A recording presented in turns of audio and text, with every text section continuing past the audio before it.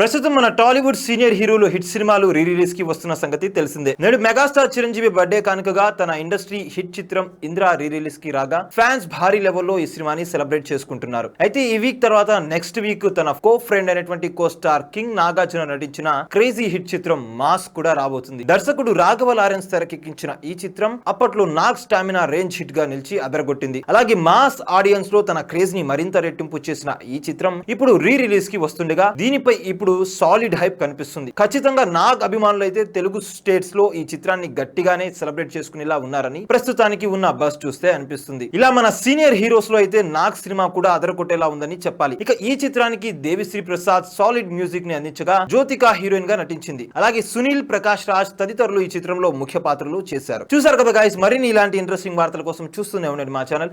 మీరు కనుక మొదటిసారి మా వీడియోస్ ని చూస్తున్నట్లయితే కనుక మా వీడియోస్ ని లైక్ చేయండి, షేర్ చేయండి, మా ఛానల్ ని సబ్స్క్రైబ్ చేయండి, పక్కన ఉన్న బెల్ ఐకాన్స్ ని కూడా యాక్టివ్ చేసుకోండి.